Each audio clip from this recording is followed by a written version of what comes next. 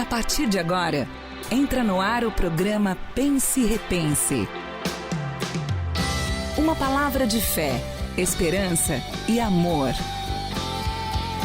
Pense e Repense. Pense e Repense. Apresentação, Pastor Luiz Antônio.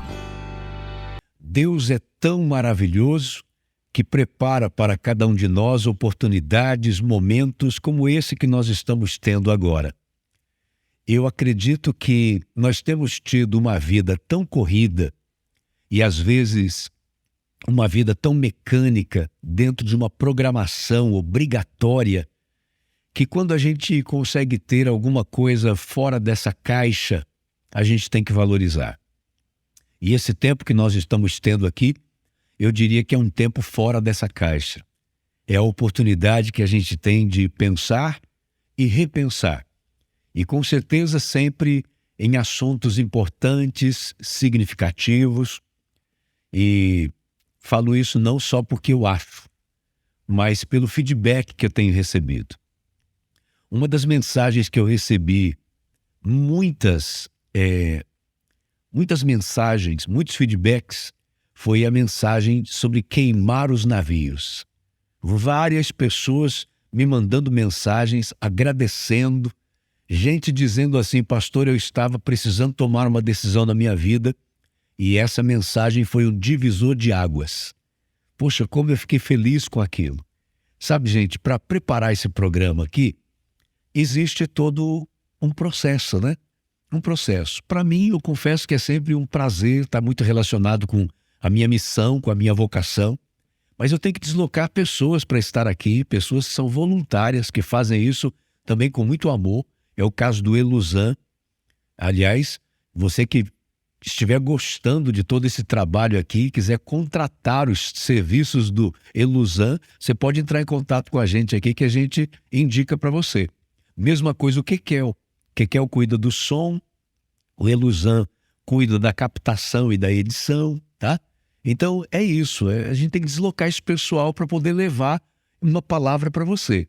Aí quando você me dá um feedback dizendo que essa palavra mexeu com a sua vida, isso para nós é muito sério.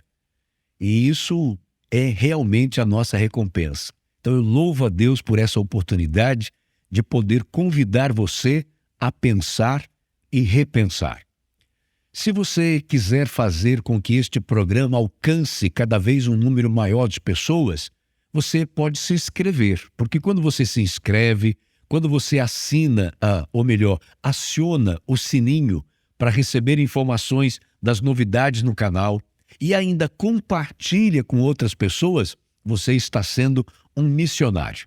Você está nos ajudando a levar essa palavra que anunciamos aqui ao coração de muito mais pessoas, tá certo? Então, se você não se inscreveu, faça isso agora. Inscreva-se, acione o sininho e compartilhe. Compartilhar é muito importante. Compartilhe com outras pessoas as mensagens que nós temos anunciado aqui. Hoje, então, eu quero falar com você sobre o poder de reação. O poder de reação. Sabe, gente, talvez você já tenha visto, acompanhado ou até vivido a seguinte situação. Pessoas que de repente estão enfermas, num estado realmente delicado, precisam passar por um procedimento cirúrgico, por um tratamento pesado, e depois quando alguém vai conversar com o médico para saber o resultado daquilo, o médico diz assim, geralmente para o familiar, diz assim: olha, agora nós fizemos tudo o que nós podíamos fazer e agora dependemos da reação do paciente. Reação. E aí aquela pessoa que está numa cama, num estado debilitado, lutando contra uma doença, interiormente ela tem o poder de reagir. Sabe, eu considero como se fosse um poder de indignação. Quando aquela pessoa interiormente ela não aceita aquela enfermidade, não aceita aquela doença e começa a ser travada uma luta interior. O interessante é que às vezes isso acontece mesmo com uma pessoa que está num estado de coma. seja um coma que aconteceu por conta da própria doença, ou às vezes um coma induzido, quando a própria equipe médica resolve colocar aquela pessoa num coma induzido para dar um tempo da recuperação dela.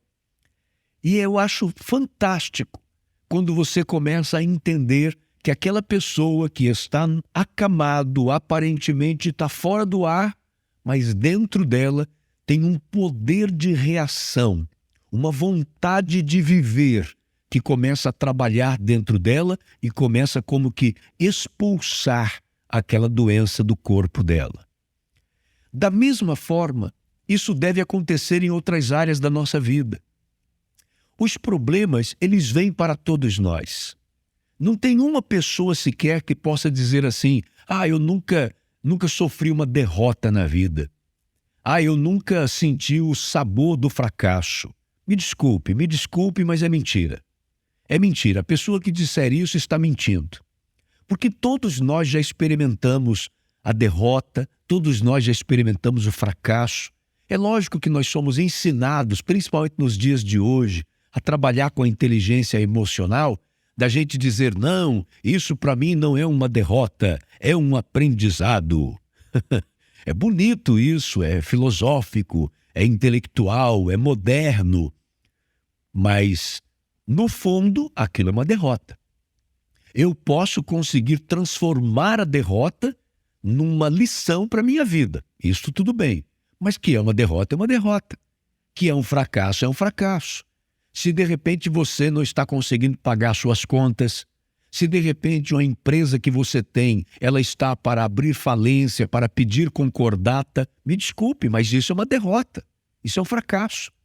Se você está vendo que o seu casamento está para acabar a qualquer momento, está por um fio para pedir o divórcio, para o marido ir embora ou para a esposa ir embora de casa, isso é um fracasso, porque você não casou para isso. Quando você se casou, você fez uma promessa de que estaria ao lado daquela pessoa em todas as circunstâncias, fosse na saúde ou na doença, na riqueza ou na pobreza, não foi assim? Se isso de repente mudou, então isso foi uma derrota. Tem como a gente dar outro nome para isso, gente? Essa é a verdade. Agora, o que nós fazemos com a nossa derrota é que vai fazer a diferença. O nosso poder de reação quando nós estamos por baixo, é isso que faz a diferença. Deixa eu compartilhar uma coisa com você, mas não ria não, viu? Não ria. Eu, desde muito cedo, eu fui judoca. Com 7 anos de idade, eu comecei a praticar o judô. E foi até por recomendação médica. Minha mãe me levou no médico, dizendo que eu era um menino que não desenvolvia, não crescia, né? Era mirrado, com 7 anos de idade, mas era mirrado. Aí o médico falou assim: mas olha o tamanho da senhora e qual é o tamanho do seu esposo? Aí ela falou que o meu pai também era baixinho, era pequeno, era mignon, né? Aí ele falou: então, lógico que o menino não pode ser tão diferente de vocês. Mas faz assim, coloque ele para praticar um esporte. E esse médico, ele era amigo de um professor de judô. E indicou que minha mãe me levasse para esse professor de judô. Foi o professor Gentil, olha o nome dele, professor Gentil. E eu fui para essa academia lutar judô e lutei judô dos meus 7 anos de idade até 18, 19 anos de idade eu lutei judô. E uma coisa que eu aprendi no judô, o poder de reação. Quando você é derrubado pelo seu adversário e ele vem por cima de você, ele aplica um golpe de imobilização. Naquele momento é a sua hora de reação. É a hora que você tem que fazer, geralmente a gente fazia ali uma artimanha, né? Um exercício que a gente chamava de ponte. Então você fazia uma ponte para poder tentar sair daquela imobilização que o seu adversário estava colocando em você. E às vezes dava certo, mas era bom demais quando você conseguia sair daquele sufoco. É o poder de reação. E eu me lembro que tinha um dos meninos que lutava com a gente, que era impressionante. Quando alguém o derrubava, ia por cima dele, o moleque parecia uma cobrinha, sabe? Se mexendo pelo chão e daqui a pouco ele estava fora. Ou seja, ele tinha um grande poder de reação. E assim tem que ser a nossa vida. Você tem que ter poder de reação contra essa doença que está tentando colocar você prostrado numa cama. Você tem que ter poder de reação para salvar a sua família que está para se desfacelar, para trazer esse filho de volta para perto de você, para trazer essa filha de volta para perto de você.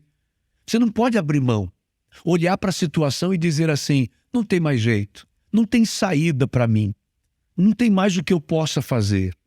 Quando a pessoa faz isso, então realmente ela vai estar vivendo uma derrota definitiva, um fracasso definitivo.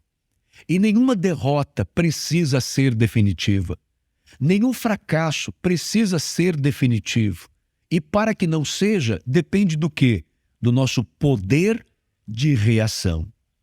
Deixa eu lembrar você de uma parábola muito conhecida na Bíblia Sagrada, registrado no Evangelho de Lucas, no capítulo 15, dos versículos 11 em diante. Para eu não precisar ler toda a história para você, mas só para você ter registrado, Lucas capítulo 15, dos versículos 11 em diante. Essa história conta que um rapaz chegou com seu pai e falou, pai, eu quero receber a minha parte da herança. Poxa, o pai ainda estava vivo, né? Mas ele chegou e pediu. Aí o pai repartiu com ele e com seu irmão mais velho. Ele pegou a sua parte e foi embora de casa. A Bíblia diz que ele gastou tudo o que ele tinha de maneira errada, de maneira irresponsável. Ele perdeu tudo. E na região para onde ele tinha ido, houve uma grande fome. E ele, passando fome, a única coisa que conseguiu foi um emprego para cuidar de porcos. A fome era tão grande que ele tinha vontade de comer a comida dos porcos.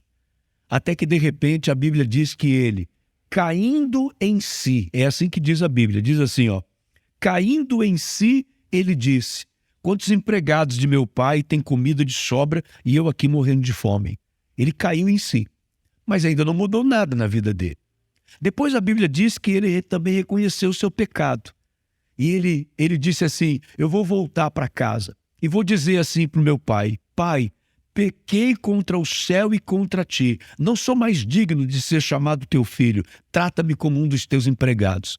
Ou seja, ele caiu em si e agora ele se arrependeu dos seus pecados, mas isso também não mudou nada na vida dele. Sabe quando as coisas mudaram?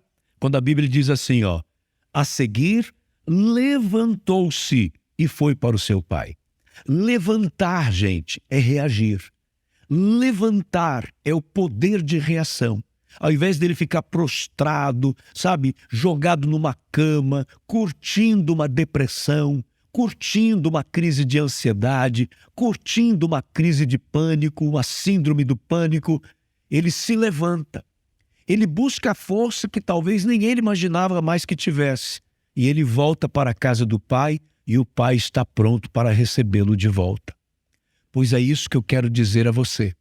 Eu não sei o tamanho da sua dor e nem quero dizer que ela é pequena. Cada um é que sabe o tamanho do seu sofrimento. Mas reúna o restinho de força que você tiver e levante-se. E não aceite a derrota. Não aceite o fracasso. Não aceite perder o seu casamento. Não aceite perder essa empresa. Não aceite perder os teus sonhos. Não aceite perder os teus filhos. Levante-se, porque no momento em que você faz isso, alguma coisa de sobrenatural acontecerá na sua vida e na sua história. É o momento que Deus começa a agir, quando Ele vê em nós essa disposição de nos levantarmos para tomarmos posse de uma grande bênção e de uma grande vitória. Que seja assim com você. Vamos orar? Meu Deus, só o Senhor é que o conhece e sabe de maneira perfeita o tamanho das lutas e dos sofrimentos que muitos dos teus filhos estão passando. Aqueles que estão vivendo uma situação que tem todo o jeito, toda a aparência de ser o fim, que parece que não tem mais jeito. Mas se esta pessoa, ela encontrar o mínimo de fé, como diz a tua palavra, ainda que seja do tamanho de um grão de mostarda, e ela se levantar por esta fé, alguma coisa de sobrenatural começará a acontecer. Pois eu profetizo que isso aconteça agora sobre a vida de todos aqueles que me acompanham nesta oração de fé. Independente do tamanho das suas lutas, o nosso Deus é maior do que todas elas. Então que cada pessoa se levante agora, usando o poder de reação sobre esta circunstância, e com certeza o milagre vai acontecer. Em nome de Jesus. Amém. Amém. Essa é a palavra de fé que eu lanço sobre a sua vida. Creia de todo o teu coração. Algo de especial o Senhor estará fazendo por você, por toda a sua casa, por toda a sua família. Que Deus continue te abençoando. Um forte abraço. Até a próxima oportunidade, se Deus disser que sim. Tchau. Acabou de ouvir? Pense e Repense. Um programa da Igreja do Evangelho Quadrangular. Uma igreja para a sua família. Que a graça do Senhor Jesus Cristo permaneça no seu coração.